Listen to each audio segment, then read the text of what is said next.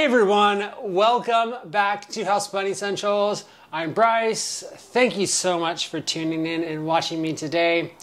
I am so glad you're here because in today's video we are going to take a look at propagations. Yes, there's so much to learn about propagations, like how do we do it. So in today's video I am going to show you how to take a cutting. I'm going to show you how to let it callus over, how to put it into your chosen medium, and then what do you do after that. So big video in store for you today. I hope you have your eyeglasses on or your contacts in like me and you're ready to learn some stuff. All right, so without further ado, let's get into it. All right, here we are in my bedroom, and I am really pleased to show this to you. I've got quite a few plants in here, just living the dream life with them, I tell you what. And so basically we need to find some cuttings. There will be no lack of that today. Now the most important thing is to find a cutting with nodes, because nodes are going to be what the roots grow out of and give us new life, basically. So I was thinking about this plant right here. This is my heartleaf philodendron, and this is a plant that never stops growing, I swear. I've taken so many cuttings. I've already taken some this season, but take a look at those vines. Like, wow, it's so pretty. And these, like heart-shaped leaves, just gorgeous. So I've got a vine here. I've got my shears right here. Snip, snip.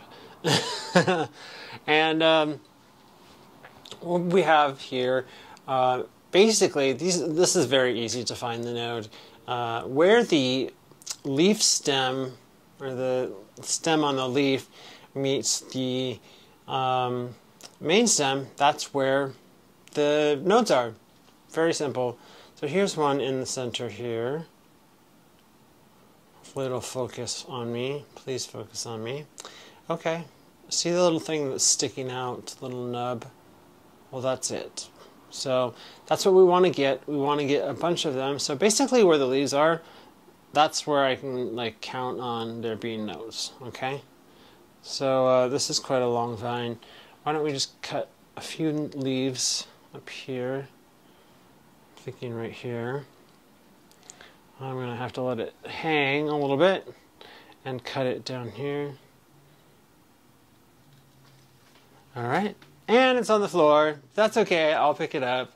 Now we need to find another one. Let's find two as an example. Right up here, this hanging plant, this is a Monstera adansonii. It is quite big. It's huge, actually. And it's got vines that just go down very far, and they're very leggy. And so I want to actually cut them all off. So why don't we use this as a propagation? Turn garbage into treasured gold? Is that the way? No, this isn't garbage. So let's take a look here at these vines. Again, this is the same as the heartleaf philodendron. The nodes are where... Sorry, there's a ceiling fan moving in my bedroom. But see that node right there that's sticking out on the left? That's the node, okay? So it's got multiple right here and down there. So let's just get, I'm going to be cutting this whole thing down. So let me just give a cut right here. There we go. Now this one I can grab while holding the camera. That's always the fun part, is holding the camera. And so here we go. Here is our nice long cutting. And this is going to be something I was going to throw away anyway. So this is a perfect opportunity. All right. So there's our two cuttings. I'm going to take a bunch more in here. I haven't quite decided what I'm going to take yet, but it'll be good. And then we'll meet up back in the kitchen. All right. Bye. All right, here we are in my kitchen, and here's the bar and take a look at the cuttings that I took. Oh my goodness, I went a little bit overboard, but that's okay. These plants were like growing all winter long. They did not stop, like they did not go dormant. But anyway, let's just briefly just take an overview of some of these. Like right here is a Cebu blue. I love the leaves on this thing. It's beautiful. It's got really nice nodes, very pronounced, so that's good. Up top here we have a few different varieties of pothos, and yeah, they're just beautiful. I really like them. They're very easy to propagate. They all have very easy to find nodes, excuse me. And then down here we've got, like, here's an Adansonii cutting I went back and got. Really beautiful. Here is a Philodendron silver sword. This is going to be great for sphagnum moss. And that's one thing to talk about here is which ones are going to go into sphagnum, which are going to go into perlite, which are going to go into water. So that is just basically up to you. Where the ones that are, where the nodes are just like a little more pronounced, I might stick more into sphagnum or perlite. Ones that have a good like stem that go down into the, they could go well into water. Like this one, for example. This would be a good one for water. So that's what it'll be. This is a jade pothos. So, you know, and like this one, for example, this is probably a good one for sphagnum. It's got good nodes and they can just plop down. And yeah, and with all of those, I'll be showing you how to do them. Now, next we need to wait 2 hours because that's how long it takes for the ends where we cut to callus over. And one thing that we can do with that is to place the ends down into here, like down into cinnamon, and the cinnamon will help expedite that process. So it'll only take 2 hours, and I know it's 2 hours, but here we go. That's all. Alrighty, it's been 2 hours. Oh my goodness, what a waste. But I was productive in that 2 hours. I decided to get the mediums ready, and I'll explain what those are in just a second. But make sure that everything is ready for now. So basically, now we want to choose which medium, and that being water, sphagnum, or perlite. Those are the three that I use that I'm going to show you today. And so we need to figure out which plants go into which one. Okay? So simple as that. So basically, let's start with water. Water, I have never had anything fail in water before. Okay? Every prop that I put in there does really well. Okay? So I've got these glass Coca-Cola bottles that I started collecting last year. I used so many of these over fall and winter. It was crazy. But yeah, so basically we want to find a good plant that's going to fit down the neck of this bottle. It's as simple as that. Okay? So we got one here. This is a global green pothos, and I was really excited to find this. This looks really cool. So it's got a nice stem that's going to go down perfectly. It's got several nodes that are going to hopefully root very well. So I'm just going to go ahead and stick it right into the water. And voila, looks good. Now the only thing you need to do is put this in a place where it gets bright light. So near a window or under a grow light, that would be good. And just make sure you keep the water topped off. So you see it getting low, just go ahead and put some more water in it, and you're good. Now, the water that I like to use is the water that I use with my watering every time. That is water with liquid earth and Super Thrive in it. I use that every time I water. Okay? So, very straightforward. All right, the next one that we have is sphagnum moss. And this is very simple. You just get some sphagnum moss, you rip it up, you put it down on the bottom. You want about 2 inches worth of sphagnum, and just get it moist. It's simple as that. When you have your cuttings in here, just keep them moist too. So go around and check on them. I'd say, once a week. And if they're looking a little dry, take a little spray bottle with that same water mix that I was just describing for the water and spray it down. Just make sure that it stays moist, okay?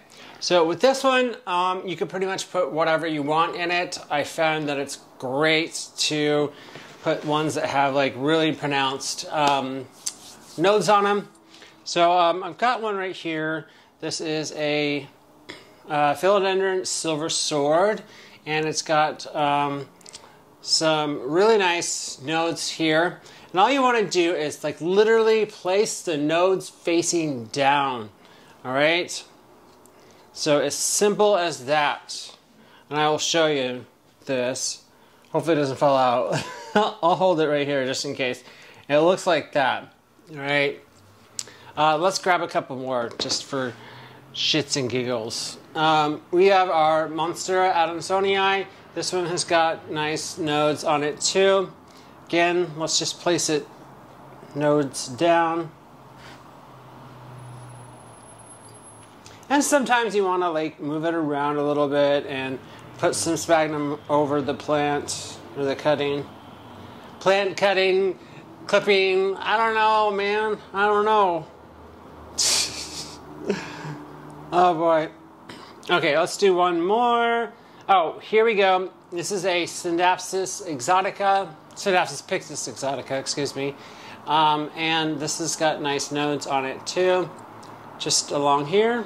So I'm going to place it node down again. And there we go. Very, very simple. Now, we want to make sure that this has got a nice tight seal to it because we want to make sure that there's good humidity in it. You'll hear a lot of people refer to these as prop boxes. And you want to stick these in a very bright spot. Again, by a window would be great, or under a grow light, whatever you have. And it's pretty good. The only thing I would say is go around and open the boxes up occasionally. Let that air out just so it just gets that nice clean air in there. Okay? All right, that leaves us with perlite. This is really, really easy. I'm telling you, real easy. So this is heavy and this is wet and, there's a liquid in here. You want to put about 2 inches worth of perlite and about 1 inch or 2 of water below it. And all you want to do is take your cutting, again, very much like perlite, and take it. Here's a good marble queen pothos. It's got some nice nodes on it. And simply just plop those nodes right into the perlite. And you want to try to avoid getting the leaves wet as much as you can. It's not always possible, but it does run the risk of having those leaves rot. Okay? So once we fill this up with our propagations, we want to take a lid as well.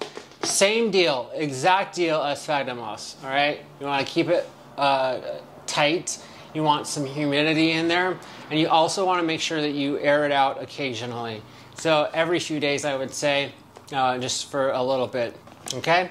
So yeah, I don't think you really need to change. You could check on the water level if you want. If it's starting to look really low or murky or anything like that, then go ahead and just add some of that Super Thrive and liquid dirt water to it. Okay? Alrighty, that is it for today's video. Man, oh man, oh man. I hope that you learned something because I was really excited to do this video for you today. I still got a lot of cuttings here on my kitchen counter. Like, I've got Hoya, I've got a Brandyanum, I got another Hoya, I got a Rhaphidophora, I mean, I've got so much right here, so I'm excited. Maybe I will do a follow-up with all of these cuttings here in the near future. Okay, so that is it. If you liked today's video, I hope you did. Give it a thumbs up down below. If you haven't subscribed to my channel, hit that subscribe button, and then you'll get to be part of this gorgeous houseplant loving family, and you'll get notified of new content when it's available. Just make sure to hit that notification bell next to the subscribe button. Choose all notifications, and then you will get all of my brand new content. Okay? If you don't hit that subscribe button and that notification bell, you won't get my content. So, anyway, thank you so much for watching today's video, and everyone, stay beautiful.